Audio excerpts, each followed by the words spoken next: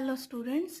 So this is the syllabus of third term course of class 3 subject English, and in this video we'll discuss the first chapter, that is Akbar meets Birbal. Akbar meets Birbal. Before we start the chapter, let's find out who was Akbar. Akbar was the greatest of all Mughal emperors. He had 9 most learned men in his court. They were called the Navaratnas.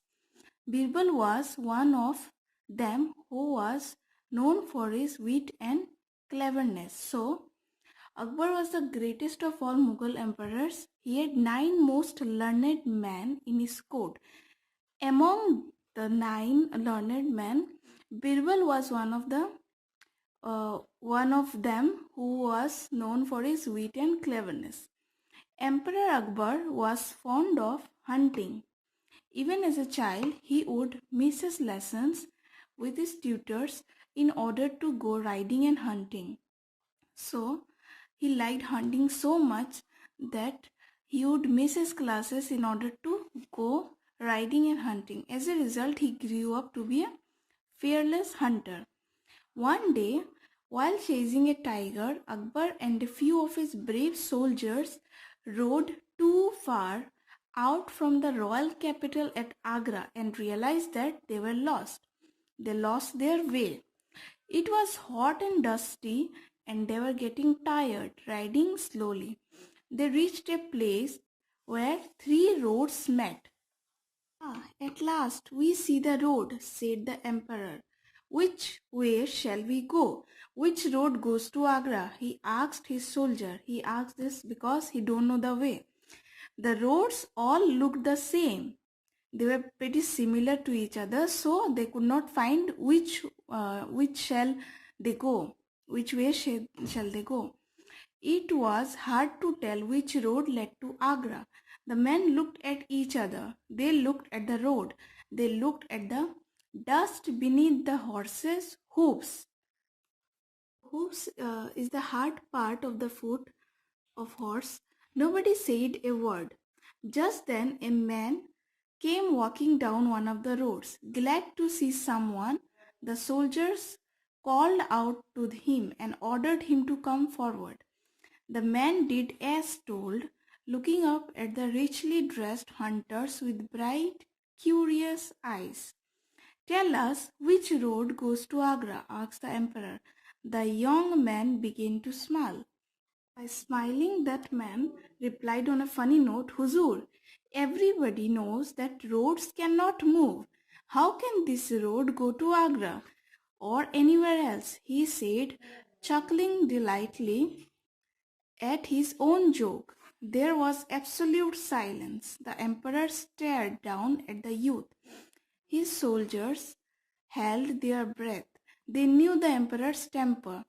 Not one of them dared to say a single word. "People travel," the man went on, ignoring the ominous silence. "Roads don't. Or do they?" The emperor replied, "No, they don't." The emperor cried suddenly and began to laugh loudly. Nervously, his soldiers too joined in the laugh. The men ignored them and continued to look at the emperor with twinkling eyes. "What's your name?" the emperor asked the man. "Mahesh Das," he said. "And what's your name, Huzur?" At this, the emperor took off an enormous emerald ring from his hand, leaned down and gave it to the young man. So he was carrying a ring and he gave it to that man, that young man.